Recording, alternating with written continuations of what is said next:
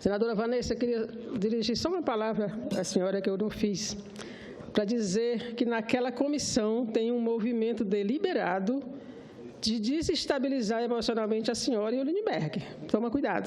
A gente percebe assistindo, quando vocês pegam a palavra, há um burburinho assim, no sentido de desestabilizar. Então, precisa ver isso, precisa denunciar isso. Estou e a senadora aqui. Gleisi também. A Gleisi também, mas mais vocês dois. Perfeitamente. E é lamentável a forma, até muitas vezes, desrespeitosas que eles se dirigem, principalmente às mulheres, senadora Regina. Vossa Excelência, que foi vítima recentemente, não é, de alguém que atua na imprensa, que não merece nem que o nome seja dito aqui, porque a pessoa sabe que foi e vai responder pela discriminação clara, aberta contra um segmento importante das trabalhadoras e trabalhadores brasileiros, senadora Regina. Infelizmente, fica claro, evidente, a discriminação que toma conta da maioria daqueles que fazem parte da comissão. Muito obrigada pelo alerta, senadora. Depois, antes de entrar no tema que vou falar da audiência pública de hoje, eu quero fazer também uma outra denúncia. Eu recebi um artigo no jornalista do meu estado denunciando que entrevistou um dirigente de órgão no estado que não pediu para não ser identificado, mas que a BIM foi ressuscitada. A antiga, que hoje é Secretaria de Segurança Institucional, está visitando os órgãos para perguntar, para levantar o nome dos rebeldes, dos funcionários públicos rebeldes que são contra o presidente interino. Isso é muito grave. Nós estamos voltando aos anos 70, estão monitorando os movimentos sociais e agora estão indo aos órgãos para saber quem são as pessoas que são contra o presidente interino. Onde é que nós estamos? Então, eu quero fazer essa denúncia, porque se essa moda pegar, nós vamos voltar aos anos 70, da censura, do monitoramento. Já tem o que estão fazendo com a presidenta, né? Um verdadeiro cárcere privado que estão querendo tornar o Palácio Alvorada, querendo trocar os assessores por assessores de confiança do presidente interino. Isso é um abuso. Mas eu quero entrar no tema que me traz aqui. Hoje, eu presidi a Comissão de Direitos Humanos uma audiência pública sobre população em situação de rua. Uma população invisível, né? É aquela história de olhar, mas não ver. E ela é invisível quando viva e é invisível na morte também, porque praticamente todo dia morre um morador de rua, mas ninguém nem divulga, né? Porque são tratados como objetos. Então, a gente fez essa audiência pública para dar visibilidade a essa população. E olha que encheram 2 salas para acompanhar a audiência. Depoimento de pessoas que vivem na rua, assim, impressionante, talentos, verdadeiros talentos, pessoas com muito conhecimento, né, com muito conteúdo, né, mas moram na rua.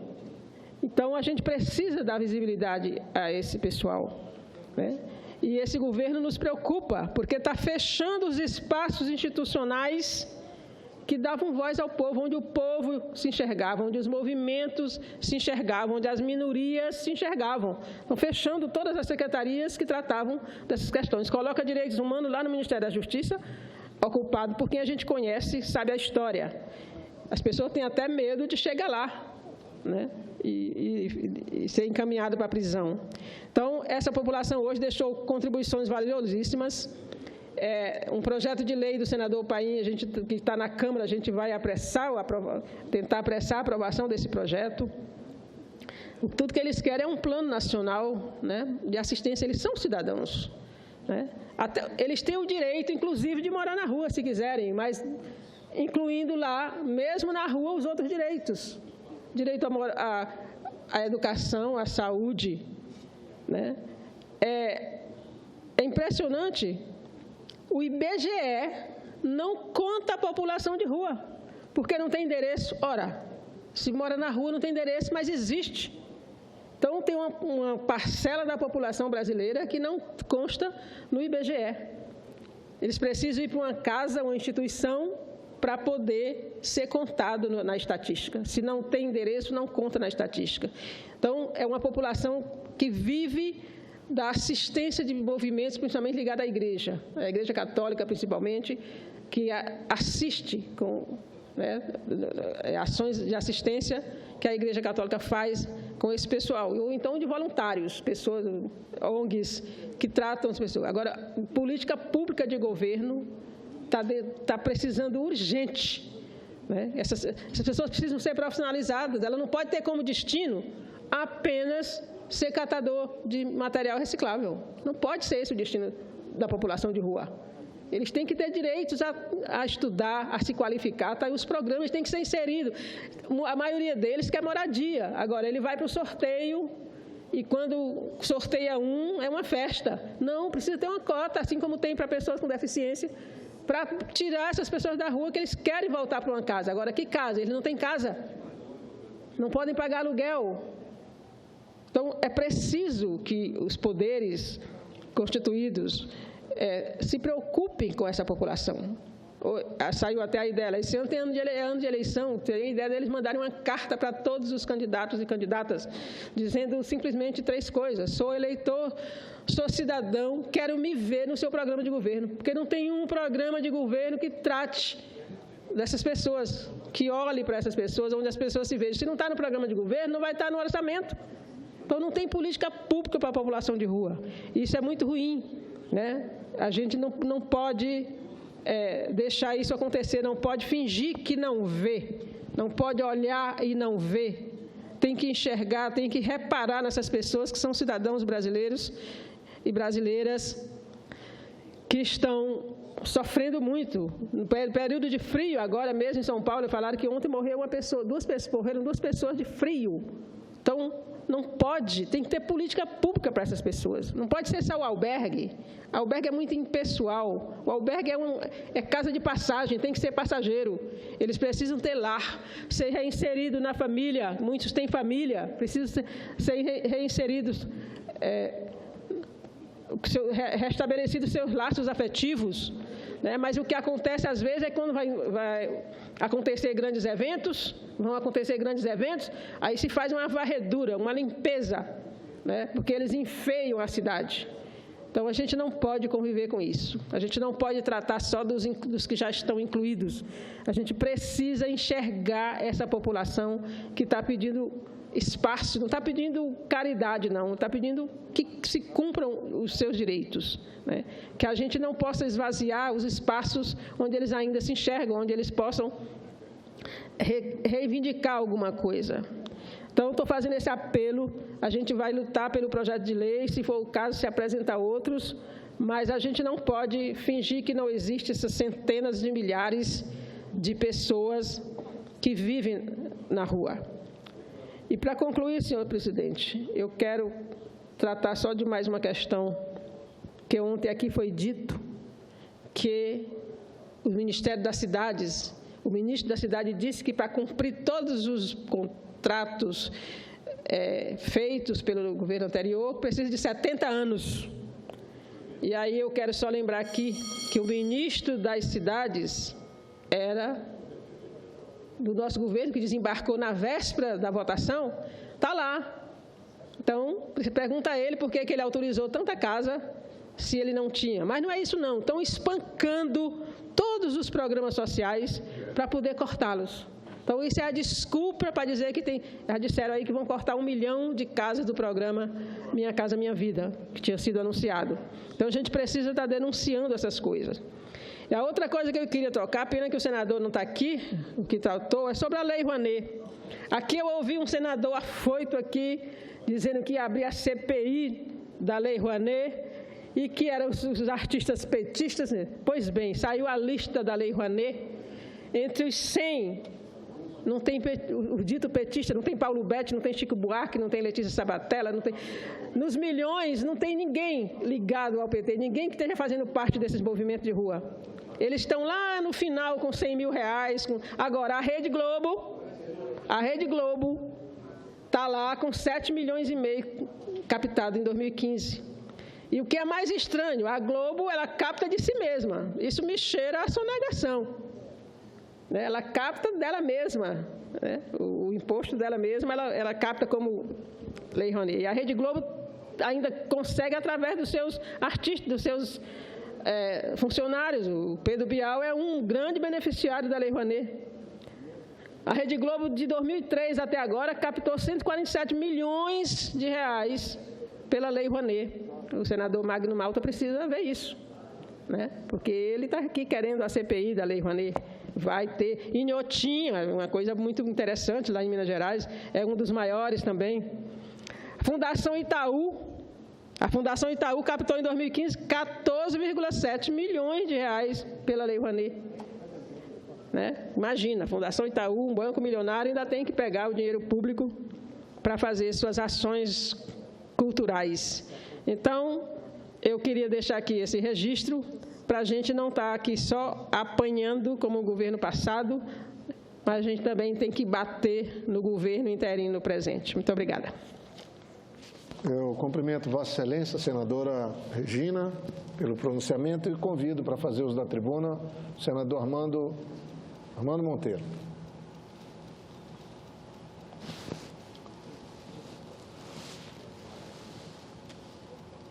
Depois eu vou precisar que algum colega assuma para que eu possa fazer uso da tribuna. O senador Paulo Rocha, que está ali, que já nos auxiliou aqui na abertura dos trabalhos.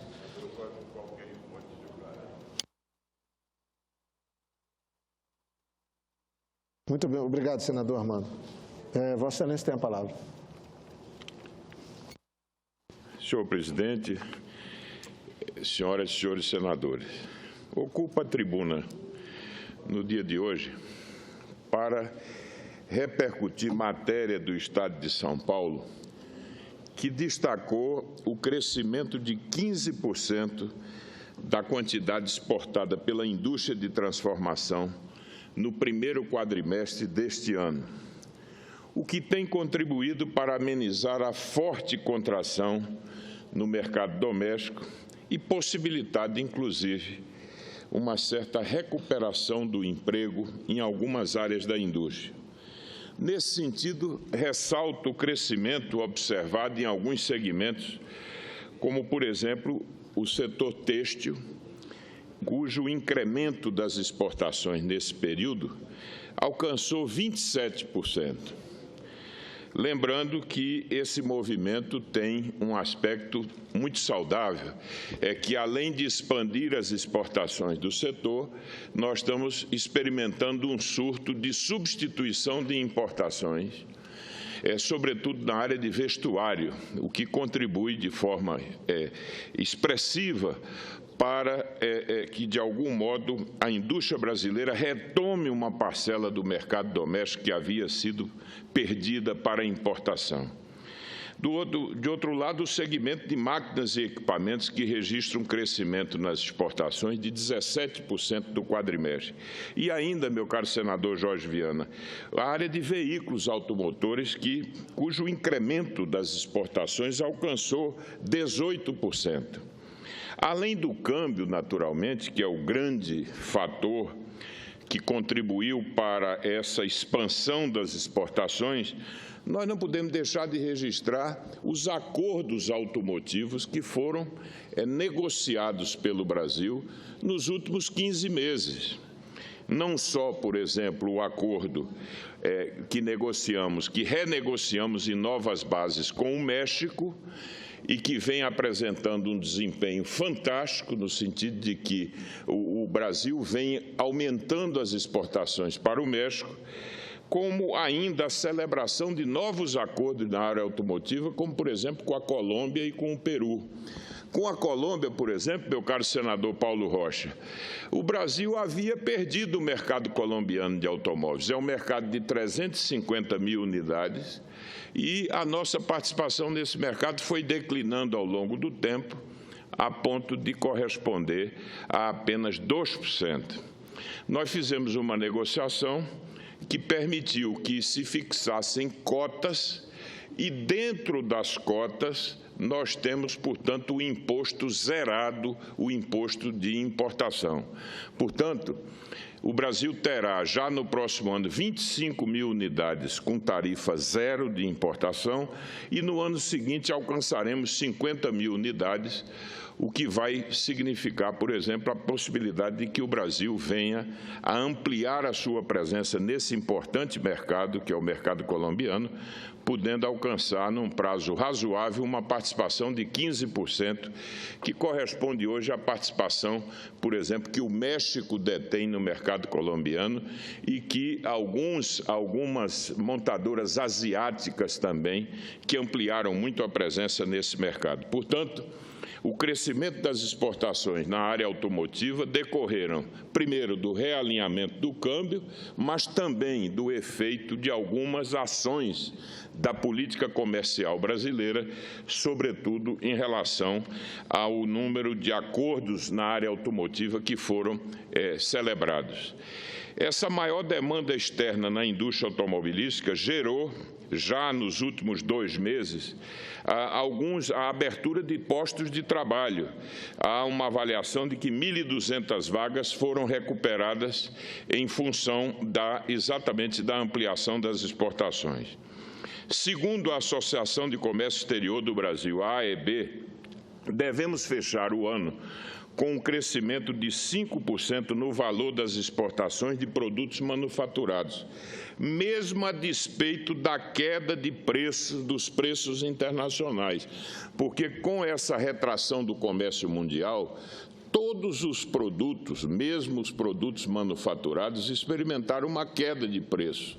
Portanto, mesmo em valor, nós vamos experimentar um crescimento expressivo esse ano, segundo as projeções que estão sendo feitas pela Associação das Empresas Exportadoras Brasileiras. Portanto, se considerarmos que temos em valor um acréscimo das exportações, temos também que sublinhar que em volumes, esse é um dado muito expressivo, nós teremos um crescimento de quase 10%, o que vai representar uma contribuição importante, senador Berger, para que o Brasil alcance esse ano um superávit na balança comercial que poderá alcançar 50 bilhões de dólares. Nós saímos de uma trajetória que em 2014 registrava um déficit de quase 5 bilhões de dólares, para, em 2 anos, um superávit de 50 bilhões de dólares. Poderá-se dizer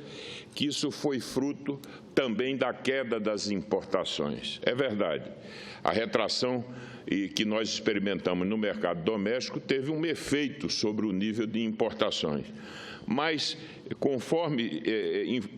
de acordo com o que informávamos aqui do desempenho em alguns setores da indústria, isso também representa o efeito, corresponde a um incremento das exportações, que já se verifica em vários setores da indústria de maneira muito significativa. Então, eu creio que o Brasil possa celebrar, especialmente nesse momento em que só se destacam as notícias, a chamada agenda negativa, não há como deixar de reconhecer que nós tivemos no setor externo da economia brasileira uma recuperação que pode se traduzir como espetacular, tendo em dúvida a velocidade com que esse processo ocorreu.